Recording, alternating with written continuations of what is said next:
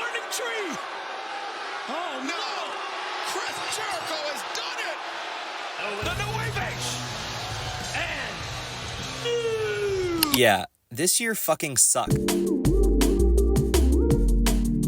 Okay, maybe that's a bit hyperbolic, but I am being serious when I say that I typically did not enjoy the current wrestling product that was offered this year nearly as much as I did in years prior. That could stem from the main companies I watch constantly doing things to either slightly annoy me or completely deprive me from my love of the game. Other than almost killing my passion for the sport, this inconsistent hit rate from the companies that I frequent did produce some positive outcomes. I found myself more frequently checking out wrestling from years past and enjoying that stuff a lot more than whatever was happening on the week-to-week basis in 2024. Going into this year, I also had a couple of goals when it came to my wrestling intake. I wanted to watch more Joshi, which I did to a degree. I wanted to get into more non-American lucha, which also happened to a lesser degree.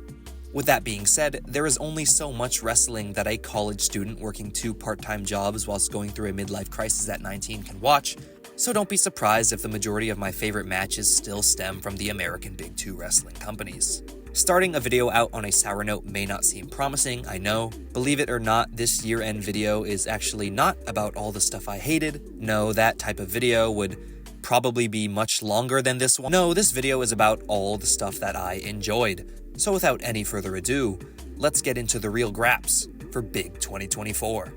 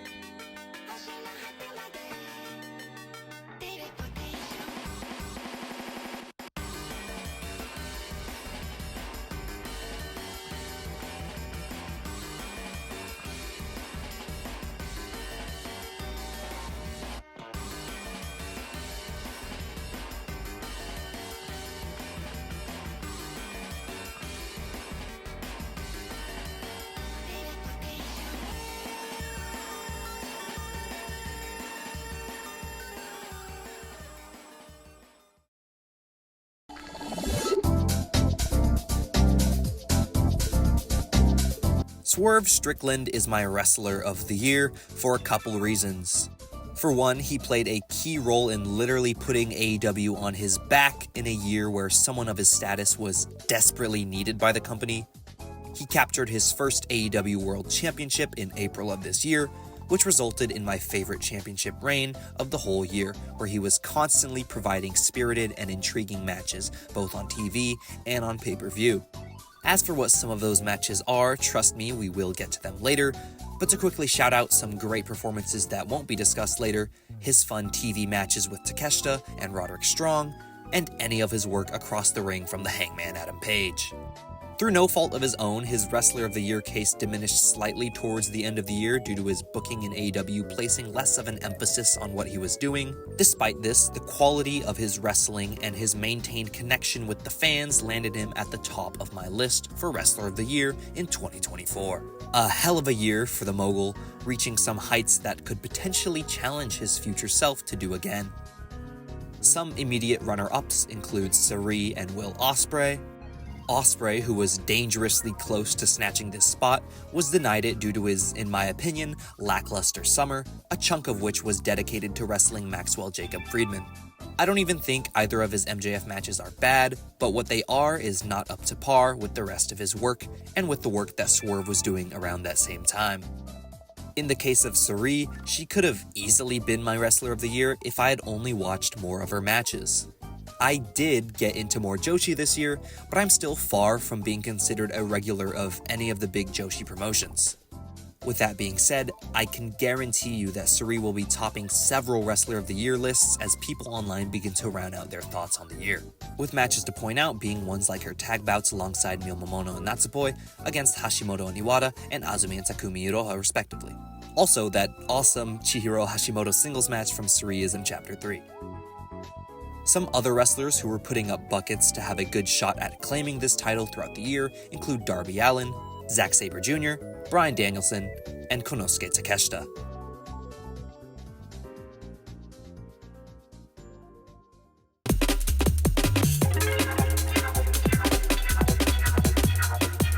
Now, if I'm being for real, I thought tag team wrestling this year was, for the most part, completely dog water.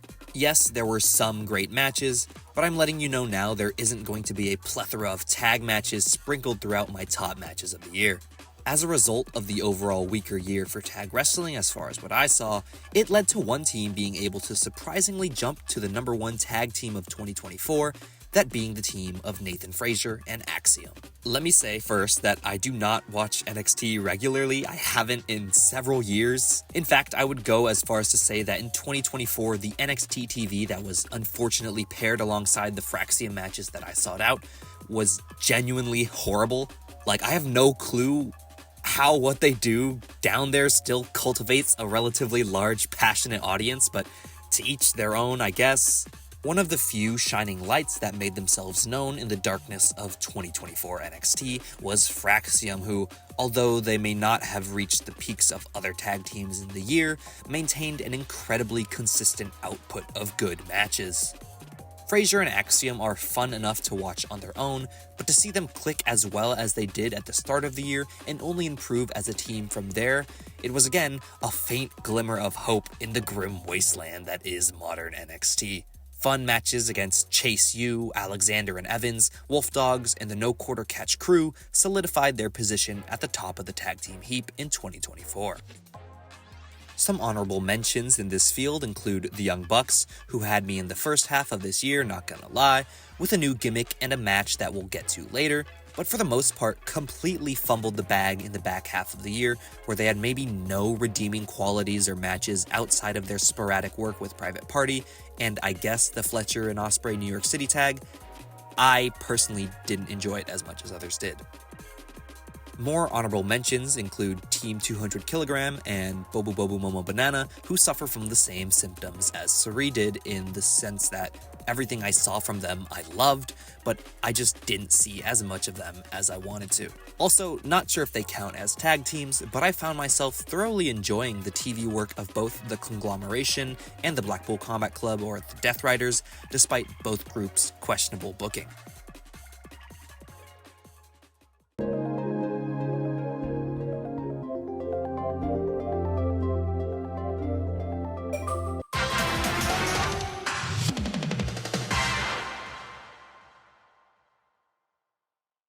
I made a video like this last year, and for the most part, this video will be structured along the same lines, my top 10 matches, plus some honorable mentions. And of course, this is all my own opinion, which is why some people might be surprised that this match is coming in at number 10. This is the first Will Ospreay match that I will be covering on the list, certainly not the last. I thought about putting a trigger warning for Will Ospreay matches at the start of this vid as a joke, but then I thought it actually wouldn't be funny, so I didn't end up doing it, and now I'm just explaining what I could have done. Anyways, this match ruled. Will Ospreay makes his first under contract appearance with AEW on this night, and they match him with the super athletic specimen known as the Alpha Konosuke Takeshita. Obviously, the match was going to be good, even just on paper, but when these two superstars lock horns in the middle of a sold-out Greensboro Coliseum, the energy in the building propels this match into the history books and into my top 10 matches of the year. I've already talked about this match in my review of Revolution 2024, but to rephrase some of my favorite things in this match: Takeshita's striking game, good. Oscutter countered into a Blue Thunder Bomb, great. Takeshita nearly killing Ospreay with a brainbuster in the corner, amazing. The exchanges between these two guys ramp up to a fever pitch, with Ospreay finally securing the victory after a Tiger Driver and a hidden blade to the back of Soup's skull. Just an awesome moves match between two of the best moves wrestlers on the planet.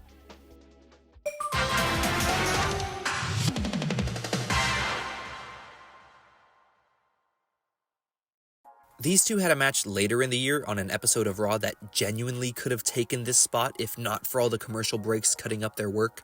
So for that reason, Gunther vs. Sami Zayn from WrestleMania 40 slides into the number 9 spot here.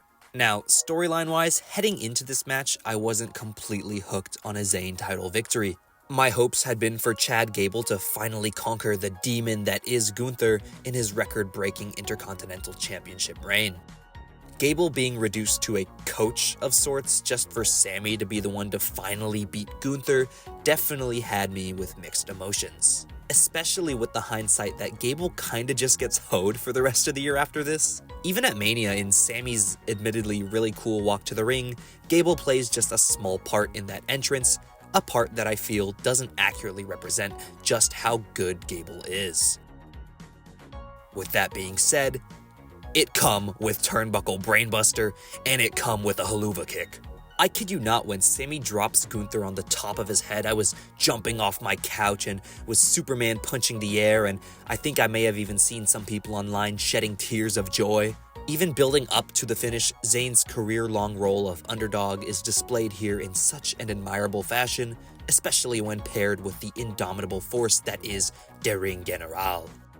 In spite of that indomitable force, Sammy is able to rally, taking advantage of Gunther's overconfidence and lack of focus to score brief, explosive moments of hope. Between Gunther's traditional and brutal offense and Sammy's unrelenting will on full display, both guys put so much effort into making this match great that not even Pat McAfee and Corey Graves on commentary can bring it down. A showcase of two athletes in a league of their own when it comes to the WWE, capped off by an emotional title win after one of my favorite babyface performances of the year.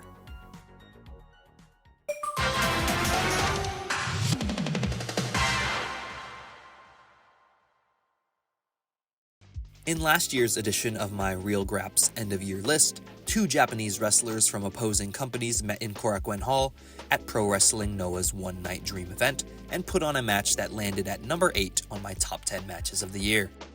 History repeats itself, as this year New Japan Pro Wrestling's Tomohiro Ishii met Noah's Masaki Tamiya in my favorite Hoss match of the year. Before we get into this match, I would like to briefly mention some context here. This match being the second in their eventual trilogy in 2024. Their first match in Ariake Arena for Noah's New Year's show was just shy of the quality of this second bout. In that first match, Ishii picks up the win, perhaps giving him a mental advantage over Kitamiya going into their second battle. Not that you would notice any nervousness on the part of Kitamiya, as both guys start this match right where they left off in their first, just immediately getting into it by running directly into one another. When you look at the past works of both guys and even just their similar builds, the match that transpires here is exactly what you would expect. Shoulder tackles, lariats, gasp-inducing headbutts. As Big E would eloquently describe it, meaty men slapping meat. As a side note, of all the Kitamiya matches I saw this year, I want to say in about 90% of them maybe, he hits a gnarly headbutt that busts himself open. For the love of the game, I guess. Kitamiya starts some legwork to try and best the Stone Pitbull with the prison lock, but if I'm being perfectly honest, I did not come into this match to see submissions.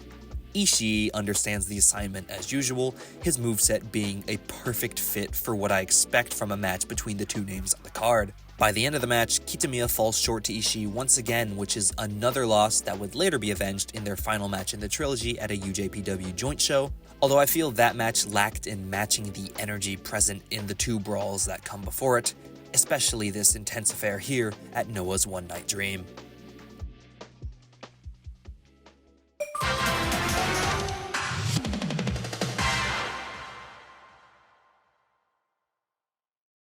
One of the most praised sets of performances that happened this year was this neat little round robin between arguably the three greatest technical wrestlers in the game right now, being Zack Sabre Jr., Hechicero, and the American Dragon Bryan Danielson.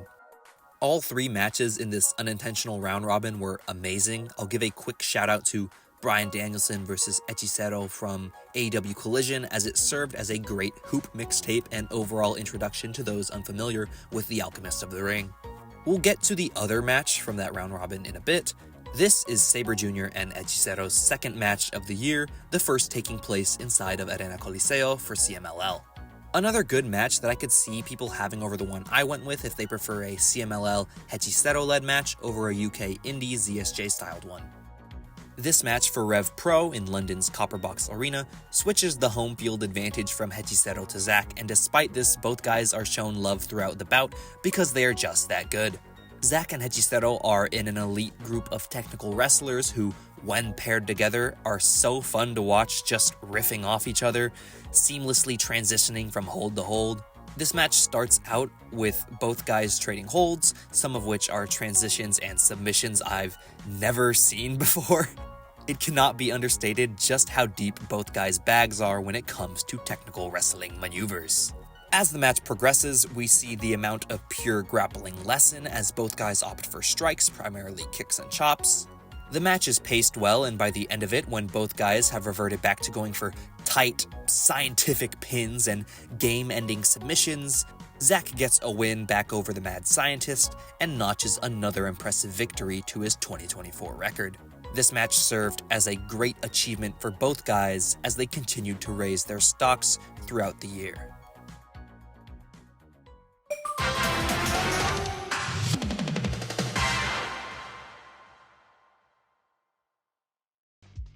My favorite women's match of the year? Of course, it's a Joshi match. Again, I'm still nowhere near being considered a Joshi savant, but through my increased exposure to them this year, I've been made aware that a lot of the non-Joshi female talents across the globe need to step their game up. Also, of course, my favorite women's match involves Suri. A lot of people are going to have her matches swarming their top matches lists for the year.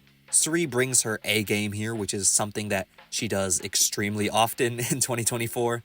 Her offense in general can be belligerent, but here with Mayu it feels like she amps it up with actions like dragging Mayu around the arena by her ponytail. Suri's onslaught forces Mayu's hand in also adopting an aggressive approach, firing back with her own intensity. I must admit I'm not fully aware of any pre-existing lore between these two, but if someone said that they legit hated each other, I would not be surprised. The refusal by both parties to shake hands before the match, as well as the sickening thuds created by their forearm strikes, would be very much in line with that idea. I love Mayu's selling of Suri's dropkicks. Sometimes she takes them and gets blasted backwards onto her back. Other times she takes them and acts like her soul has just been snatched out of her body. Iwatani is great when attacking too, with cool moves like dragon suplexes on the apron and suicide dives where she legit just throws her body through the ropes, hoping to take out anyone and anything that stands between her and Suri. In the final third of this match, the two just decide to start dropping each other on their heads and necks, which is incredibly beast. There's also the traded receipts for double foot stomps and headbutt barrages. I do wish the crowd was a bit more energetic here, as they are very much acting like a post-pandemic Japanese crowd. But other than that, it's just a lot of really cool stuff from two really cool wrestlers who I hope to see even more cool stuff from in the coming year.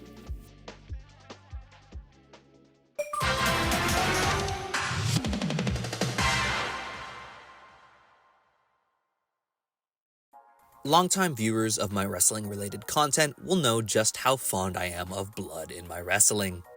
Those OG Superkickers will also know just how much I adore CM Punk, maybe not so much as a person, but definitely as a wrestler. So in October of this year, within World Wrestling Entertainment no less, you could imagine how geeked I was to be treated to a bloody CM Punk performance alongside his dance partner in the best feud WWE produced all year, Drew McIntyre. Instead of getting straight to gushing about Punk like I might usually do, let me first give a big shout out to the Scottish psychopath for not just his contributions in this match, but also throughout their entire feud, a large portion of which he was essentially working by himself with Punk on the shelf. Their other two matches in the year didn't leave too big of an impression on me, though I don't think either one was outright bad, but this match is the culmination of everything going right in a blood feud that deserves to be labeled as such. The intensity and hatred given off by the two men is feasible in the air of the State Farm Arena. I recall hearing thunderous CM Punk chants fill the air before either man even makes their entrance. For the first time in a while too, the Hell in a Cell stipulation actually feels like it's serving a purpose, keeping these two rabid animals contained within the structure as they whip and carelessly toss each other face first into its steel walls. I mentioned how thrilled I was about Punk bleeding here, but when Drew takes a toolbox to the face and begins to don an even more superior Crimson Mask, it felt like everyone was locked the fuck in for this match, myself included. Punk slapping Drew in one of the worst sharpshooters I've ever seen came off as charming and added to the effects of fatigue that both guys were going through. The only real negative I took from this match was the bracelet spot near the finish. Yes, I know what the bracelet meant to Punk. Yes, I understand how it was used to symbolize the things that an older, grizzled CM Punk valued at this point in his career. I still didn't necessarily care for any of the bracelet lore in this feud, so I was kind of bummed seeing it pop up in this match. I was actually watching Bad Blood with my younger brother, who is nowhere near as invested in pro wrestling as I am. But to see the look of confusion on his face when Drew poured a bag of not thumbtacks but instead plastic beads over Punk after all the other barbaric things these two did to each other really solidified just how out of place this felt, in our opinion at least. On the bright side, after that, Drew takes a disgusting lower back bump on the steel steps and eats a chain-infused go-to-sleep for his troubles. Bracelet lore keeps this match from getting any higher on my list, but I'm not going to act like the other 95% of stuff in this match didn't totally rule. WWE Match of the Year, and my 5th favorite match of the year.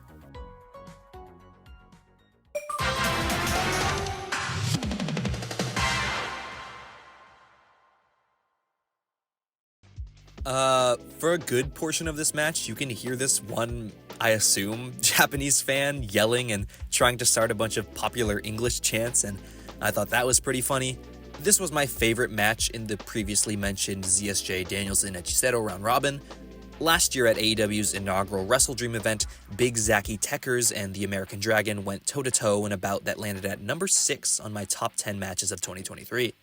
In February of this year, they ran it back, and the two somehow produced an even better match in Osaka for New Japan's New Beginning event. I spoke earlier about the fluidity between moves when watching Zack and Hechicero lock up. I feel as if that sentiment is taken up a couple of notches here with Brian and Zack, who literally had me laughing in sheer disbelief of some of the unique counter wrestling both guys were showing off. Another aspect of this technicians-only round robin was the constant shift in face and heel dynamics, with each wrestler's home promotion acting as a sort of home turf, making the away team in all of these matches slide naturally into a more heel-leaning persona. Some integral ideas throughout this match are Zack fucking up his leg early in the ropes and Danielson immediately honing his attacks onto that leg. I mean, really just hounding it with repeated kicks and stretches throughout the match. A key part in last year's Wrestle Dream match was Danielson coming away with a victory, but only after using the Busaiku knee, which is a strike as opposed to a technical wrestling move. Here, both guys are still very much out to prove who the best technical wrestler is, as seen through awesome moments like Brian daring Zack to utilize rope breaks to escape holds, while Zack, out of pride, refuses to do so, potentially exposing himself to even more damage. And if it weren't enough that both guys are submission wizards, the strikes in this match are also double tough, as you can hear each kick or European uppercut or disrespectful slap to the face echo throughout the air in Osaka. But at the end of the day, the main difference between this encounter and their last is that this is a more focused, more defiant, and more determined Zack Sabre Jr. It's a Zack who forces Brian to swear at himself when he gains the upper hand in grappling exchanges. And that's not to say that this version of Brian isn't just as technically vicious as he was in their last match, perhaps even more so here due to the already referenced shifting heel and face roles within these matches. Brian continues to push the limits of Zack's rebellious nature by punishing his leg and eventually giving Zack no choice but to start using rope breaks. One additional thing that Zack carries into this match that his past counterpart did not is a reservoir full of fighting spirit. In the end, Zack Sabre Jr. gets the best of Danielson in an, although a bit shaky, conclusive crucifix pin. With this win, ZSJ obtains some retribution over his loss the year prior and gains a new wave of momentum that would carry him into one of the most monumental years of his career. A stellar match, and I can't stress enough just how I could watch these two wrestle forever.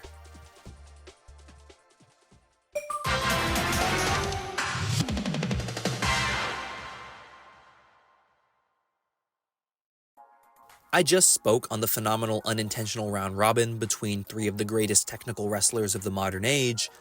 But there was another little 3-man round robin that occurred this year that resonated with me even more. So much so that all 3 matches happened to top out this list. The first of them being this clash from AEW and New Japan's Forbidden Door joint pay-per-view in June.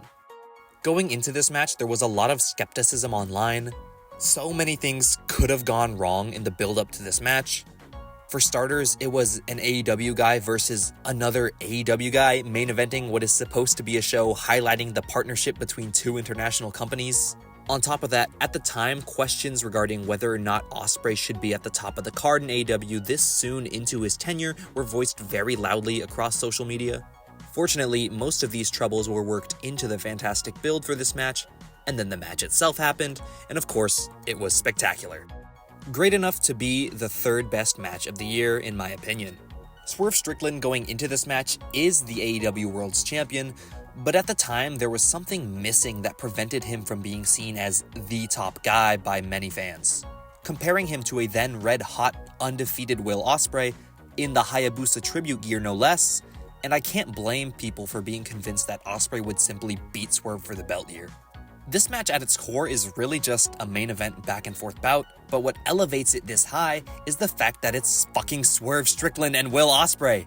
2 main event level talents with uncertainty in the air as to who comes away with the win.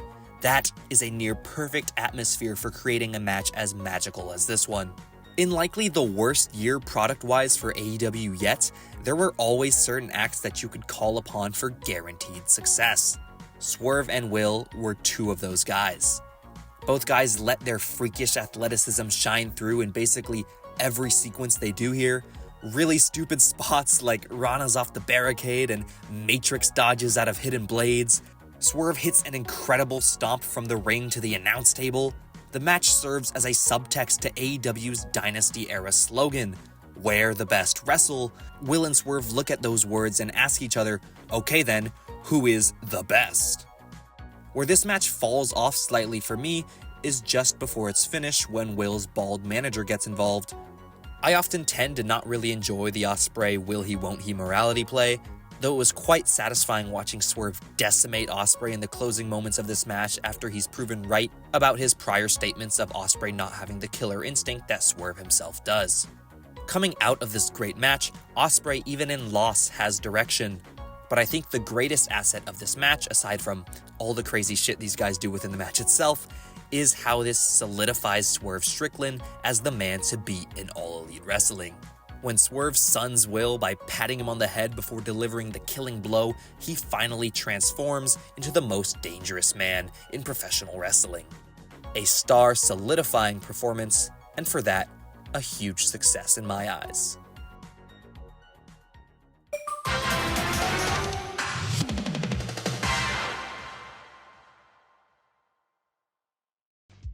With this entry comes the reveal of the 3rd man in the round robin I hinted at earlier, and yeah, of course it's Bryan Danielson. AEW Dynasty was actually one of the 2 wrestling shows earlier this year that I was able to upload a video review on. When Past Me came to talking about this match, he said, and I quote, "This match is like Ospreay versus Takeshita except on steroids and also on crack. It's probably match of the year at least thus far. Look at all the cool moves they're doing." In that video, I then proceeded to do a bit where I made barking noises while watching Danielson nail Ospreay with a Busaiku knee mid-os cutter, and then I dropped 5 stars on it. My opinions on this match nearly 8 months later are largely the same. There was some recency bias in my original review of the match. One outside factor that I failed to mention in that Dynasty review video was the fact that I was munching on a Kane's box combo while watching this match, which for sure could have skewed my perception of the match as it was happening. Recency bias and Kane's toast and sauce aside, this match is still fantastic. When talking about Suri versus Mayu Iwatani, I mentioned how I wish the crowd had more energy. Here, crowd energy basically makes the match. The fans are going ballistic throughout most of this thing, as tends to be the case with these Ospreay pay-per-view showcases. Another thing that seems to be consistent throughout all of Ospreay's pay-per-view matches this year are the sequences and exchanges that are executed with such finesse that Twitter still posts GIFs reminiscing of them at least once a week. At one point, a chant of "We're not worthy" breaks out just before Ospreay murders Bryan with a hidden blade off the apron to the floor. This match also begins Ospreay's "I'm scared to hit the Taiga Dwaiva" arc, which progressively got worse throughout the summer, but in the moment it was super cool seeing a super finisher being treated as such, with Will's Tiger Driver 98 taking Danielson out of competition for a little bit. It's a high-octane rundown of the biggest hits between two of the GOATs with a unique clash in styles that makes for a very entertaining match. 5 stars, with hindsight probably more along the lines of a smooth 4.5, which just about equates to my second favorite match of the year.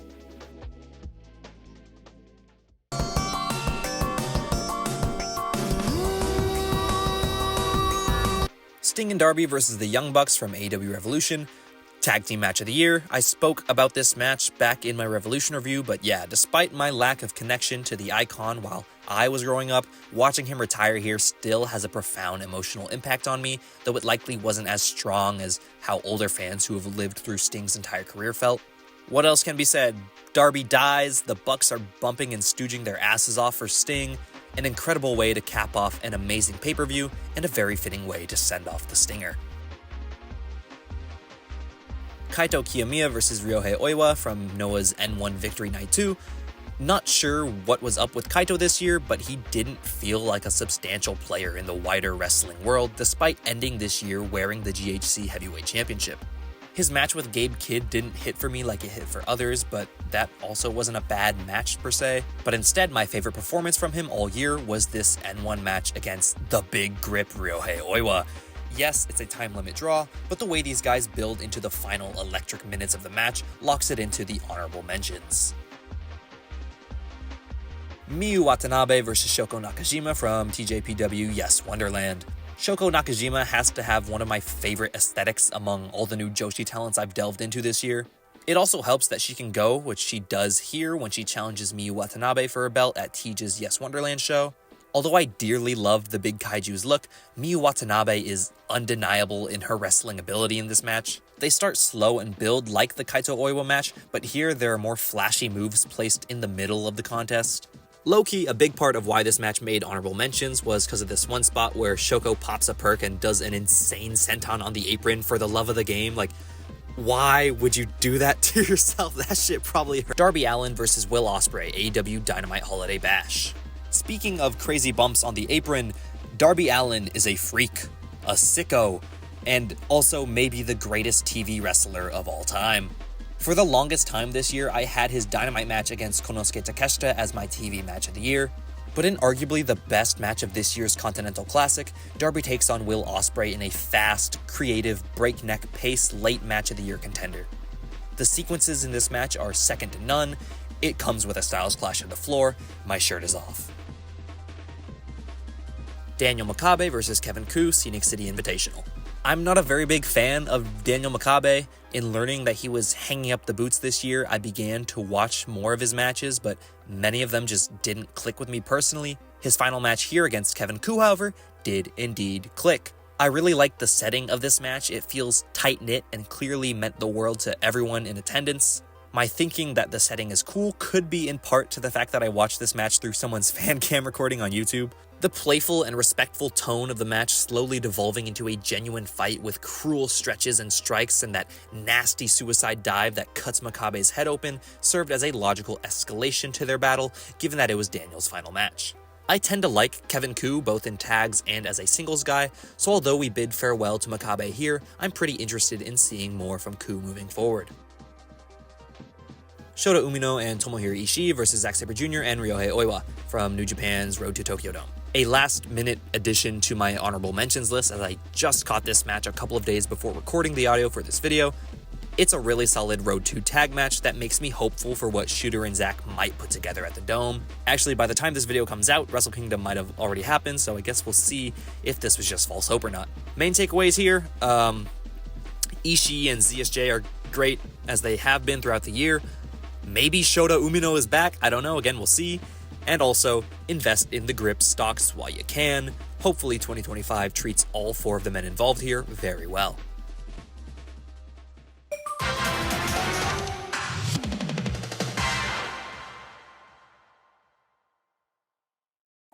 Ah yes, the match of the year.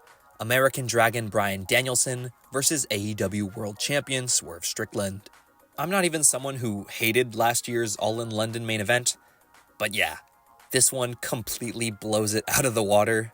It's the climactic peak to the story that Swerve and Danielson masterfully told throughout the back half of the summer, Danielson's last shot on the grandest stage for AEW. This match just feels right. By the time this match rolled around, no longer was Swerve the pure babyface excited to lead the company forward with himself at its helm. Swerve was the man. He was the champ. And he was going to continue to be the champ even if it meant ending the career of the American Dragon. For fans of Bryan Danielson, Swerve was a threat to be taken seriously. Before these men even locked up at Wembley Stadium, Danielson had made it crystal clear that his time was running out. His neck was, for lack of a better term, cooked. And even if he was able to defeat Swerve, this year would for sure be the last of his full-time career. For Bryan Danielson, Swerve Strickland was not just a threat, but rather the physical embodiment of finality, of closure, and of the end. It was going to take a miracle for Bryan to beat Swerve Strickland. And unfortunately for Swerve, Bryan Danielson is no stranger to miracles. Swerve is a great heel here. His entrance accompanied by his entourage with Jimmy Rave's jacket draped over his shoulders. I believe that is what the youth refers to as aura. He stomps out Danielson in front of his family and makes one of his kids cry. He attacks with a calculated and confident demeanor that makes him out to be some sort of anime villain. He completely shrugs off a Busaiku knee and feels like the most unbeatable wrestler ever. But despite Swerve's best efforts, on this night, Danielson was not to be denied. An old school ROH dive, kicking out of Swerve's big pressure, and of course, that moment where Danielson rises to his feet through Swerve's mocking yes kicks, telling his family that he loves them before slapping the absolute dog shit out of Swerve. The visual of Danielson continuing to fight against the odds with a bloodied expression on his face, the indomitable human spirit.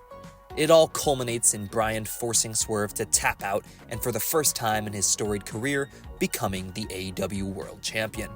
Confetti, family hugs, the final countdown, everything you need for it to feel like a storybook ending. Of course, Danielson's reign with the belt didn't go on to meet a lot of people's expectations, my own included, but I'm still of the belief that it was absolutely worth it for this moment, for this match alone. The 2024 Match of the Year. And those are my favorite wrestling things of 2024. Did you agree with some of them? Did you agree with maybe all of them? Maybe none of them? Are there some wrestlers or matches that you liked that didn't get mentioned? Feel free to drop them in the comments below. If you watched this whole thing, thanks a lot. It means a lot. That's all I got for now. Thanks for tapping into the bi-quarterly Super Kicks Wrestling upload. I hope y'all had a good 2024. Let's have a hopefully even better 2025. And until the next one, peace.